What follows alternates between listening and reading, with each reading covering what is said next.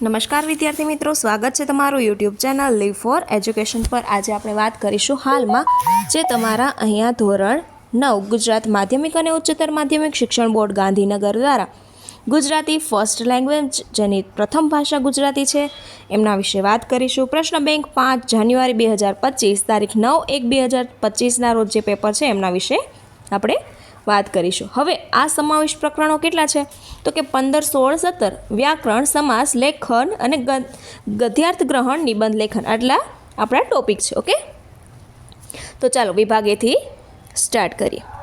વિભાગ એથી સ્ટાર્ટ કરતાં પહેલાં વિદ્યાર્થી મિત્રો, જો તમે ચેનલ પર નવા હોય, ચેનલને ફર્સ્ટ ટાઈમ વિઝિટ કરો છો તો ચેનલને લાઇક, શેર, સબસ્ક્રાઈબ કરીને નોટિફિકેશન બેલ આઇકન જરૂરથી પ્રેસ કરો જેથી કરીને બધી જ અપડેટ પહેલાં તમને સરળતાથી જ મળી રહે। હવે અહીંયા છે વિભાગ 1 પ્રશ્ન 1। ઓકે, કવિ, લેખન, કૃતિ, સ્વરૂપ, કૃતિ અને આવી રીતે તમારે અહીંયા આપેલા છે ચેપ્ટર, એના સામે આપણે જોડકા જોડવાના છે। ઓકે, તો પહેલું જોઈએ, ગોદ માની ક્યાં, તો એમાં શું જવાબ આવશે? કરતા કોણ છે તો કે ચંદ્રકાંત શેઠ। મારા સપનામાં આવ્યા હરી, તો બીજામાં શું છે? રમેશ પારેખ। ત્રીજું છે કુદરતી, તો એમાં લાભાશંકર ઠાકર। હવે એના અથવામાં બીજું છે, તો એમાં પહેલું જોઈએ કુદરતી, તો એમાં આન્સર શું આવશે? ક, એકાંકી છે। મારા સપનામાં આવ્યા હરી, તો એમાં આવશે ડ, ઉર્મી ગીત। ગોદમાની ક્યાં, તો એમાં આવશે બ, ગીત કાવ્ય। હવે આગળ જોઈએ, મારા સપનામાં આવ્યા હરી, તો એમાં શું જવાબ આવશે? ગોપીના મનોભાવો। બીજું છે કુદરતી, તો બીજામાં આવશે ક, સહજ રીતે થતા કામોનો મહિમા। ગોદમાની ક્યાં, ડ, માની મમતા। ઓકે, હવે આગળ જોઈએ, અહીંયા તમને આપેલ છે તો કે ખાલી જગ્યા પૂરો, વિકલ્પોમાંથી યોગ્ય જવાબ પસંદ કરી આપણે ખાલી જગ્યા પૂર્ણ કરવાની રહેશે। વિદ્યાર્થી મિત્રો, જો તમે ચેનલ પર નવા હોય, હજુ સબસ્ક્રાઈબ નથી કરી રાખી તો ચેનલને સબસ્ક્રાઈબ કરી નોટિફિકેશન બેલ આઇકન જરૂરથી પ્રેસ કરો। તમારા આ સપોર્ટના કારણે તમને રેગ્યુલર એકાંકી, કોઈ પણ ચેપ્ટર સ્વાધ્યાય સોલ્યુશન તથા પેપર સોલ્યુશન આરામથી મળી રહેશે। નીચે તમારે જો સેમ્પલ પેપર્સ જોતા હોય તો એ પણ તમને મળી રહેશે। નીચે કમેન્ટ સેક્શનમાં કમેન્ટ જરૂરથી કરો। હવે નીચે આપેલા વિકલ્પોમાંથી યોગ્ય વિકલ્પ પસંદ કરી ખાલી જગ્યા પૂરો। પેલો છે સૂર, તાલ ને સંગીત મળશે ખાલી જગ્યા માનો ક્યાં, તો આમાં શું આવશે? ટહુકો ક્યાં। લાભાશંકર ઠાકરનું ઉપનામ શું છે તો કે પુનર્વસુ। બાબુ કાશી ફઈને ખાલી જગ્યાનો છે તો કે સાત ખોટનો। મારા સપનામાં આવ્યા તો કે હરી। પરસોત્તમ દાક્તરે બાબુને તપાસી ખાલી જગ્યા લાવવા કહ્યું તો કે ગંગા જળ। ગોપીએ ખાલી જગ્યા બનાવવામાં આંધણ મૂક્યો તો કે કંસાર। લાભશંકર ઠાકરના વ્યવસાય ખાલી જગ્યા હતા તો કે વૈદ્ય હતા, એટલે કે ડૉક્ટર, નાડી ડૉક્ટર, દેશી ડૉક્ટર આપણે એવું કહી શકીએ। હરી બોલ્યા અરે, શું અહીંયા આવશે તો કે 8 નંબરમાં આવશે અરે બાવરી। જમીન લીધા પછી ઇન્દ્ર રાજાએ ખાલી જગ્યા પાન ખાધું તો કે બંગલા પાન ખાધું। દેવદૂતો બાપુને ખાલી જગ્યામાં લઈ ગયા તો કે સ્વર્ગમાં લઈ ગયા। હવે આગળ જોઈએ નીચેના આપેલા કાવ્યો, હવે આપણે નીચે એક વાક્યના જવાબ છે એમને આપણે જવાબ લખવાના છે। ચલો જોઈએ, પહેલું બાબુનો મિત્ર દેવલો સ્વર્ગનો શું બની ગયો તો કે બાબુનો મિત્ર દેવલો સ્વર્ગનો અપ્સરા બની ગયો।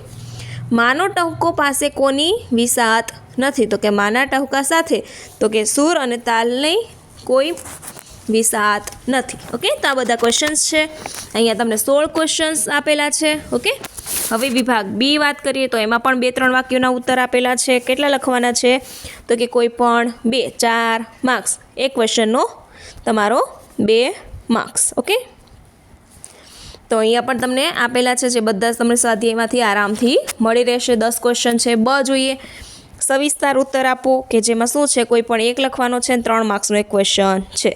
હવે આવશે આપણો વ્યાકરણ વિભાગ। ચાલો પહેલાં તો અથી સ્ટાર્ટ કરીએ।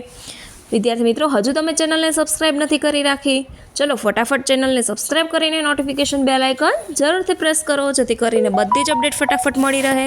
હવે નીચે પ્રશ્નોના સમાસનો પ્રકાર જણાવો, ગમે તે એક।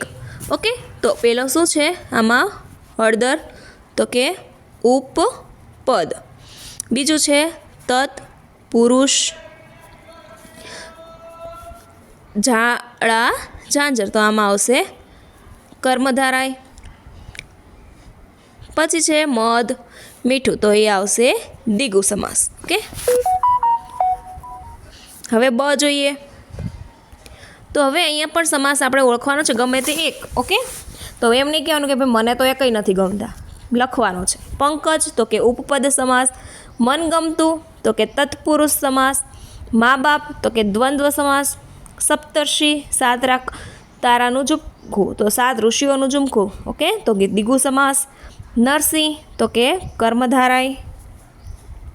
આગળ ક જોઈએ. વિદ્યાર્થી મિત્રો, જો તમારે આ જે સોલ્યુશન છે એમની PDF જોઈતી હોય તો મને જરૂરથી નીચે કમેન્ટમાં કમેન્ટ કરો, કે જેથી કરીને તમને PDF સોલ્યુશન પણ આરામથી મળી રહે. ઓકે, તો અહીંયા આપેલ છે આગળ ક, જેમાં દ્વિગુ સમાસનું ઉદાહરણ નથી, તો કે દંપતિ. નીચેના સમાસમાંથી કઈ જોડ અયોગ્ય છે? તો કઈ જોડ અયોગ્ય છે? તો કે અહીંયા આબોહવા અયોગ્ય છે. હવે સેક્શન ડી આવે છે કે ડી વિભાગ ડી પ્રશ્નો 4 ગુણ તમારા 9 રહેશે આખા વિભાગ ડીના. ઓકે, હવે નીચે આપેલ ગદ્ય ખંડ વાંચીને નીચે આપેલા પ્રશ્નોના કોઈ પણ એક ઉત્તર આપવાના રહેશે. અહીંયા છે આપણે અભ્યાસનું મહત્ત્વ શા માટે સ્વીકારીએ છીએ? તો આ ક્વેશ્ચનનો આપણે જવાબ આમાંથી શોધવાનો રહેશે. ઓકે, હવે આગળ બીજો ક્વેશ્ચન છે તમારો કે દરેક ક્રિયા કઈ 3 રીતે કરી શકાય? તો કે દરેક ક્રિયા 3 રીતે કરી શકાય: ભયથી, લાલચથી કે પ્રેમથી. આ ફકરાને યોગ્ય શીર્ષક આપો. તો અહીંયા લખવાનું અભ્યાસનું મહત્ત્વ. હવે તે રીતે અહીંયા બીજો ક્વેશ્ચન, એમાં 4 ક્વેશ્ચન. ત્રીજો અહીંયા ફકરો છે, એની નીચે પણ 4 છે. સ્પર્ધાની શી રીત છે, ઈર્ષાની શી રીત છે, અને સ્પર્ધાનું શું મહત્ત્વ છે? તો 3 ક્વેશ્ચનના આન્સર અહીંયા તમારે લખવાના રહેશે. ચોથો પેરેગ્રાફ છે, એમાં પણ 4 ક્વેશ્ચન આપેલા છે. ઓકે, હવે પત્ર, વિચાર, વિસ્તાર, નિબંધ, અહેવાલ સમજે છે અને લખે છે. ગુણ તમારા 5 છે. મેં જોયેલું સ્વપ્ન, મારો પ્રિય તહેવાર, આદર્શ વિદ્યાર્થી, પ્રજાસત્તાક દિન અને શિયાળાની સવાર. તો વિદ્યાર્થી મિત્રો, આ 5 નિબંધમાંથી કોઈ પણ એક લખવાનો છે. મારા ખ્યાલથી તમે આ શિયાળાની સવાર જરૂરથી તૈયાર કરીને જાઓ, જેથી એ તમારા પૂછવાના ચાન્સ વધારે રહેશે. ઓકે, તો એમાં તમારે સવારે ઠંડી કેવી લાગે છે, ગુલાબી તડકો ગમે છે, તડકો મજા આવે છે એ લખવાનું. ગામડાનું જીવન કેવું છે, શહેરનું વાતાવરણ કેવું હોય, શિયાળાની સવારનું શું મહત્ત્વ છે, એમાં ખોરાક કયો કયો ખાવાનો હોય છે, બધું લખવાનું રહેશે. તો આ તમારા ધોરણ 9 ગુજરાતી પેપરનું સોલ્યુશન. આવી રીતે બધા વિડીયો જોવા માટે ચેનલ પર બન્યા રહો અને સબસ્ક્રાઈબ કરવાનું ના ભૂલતા, જેથી કરીને અપડેટ પહેલાં મળી રહે.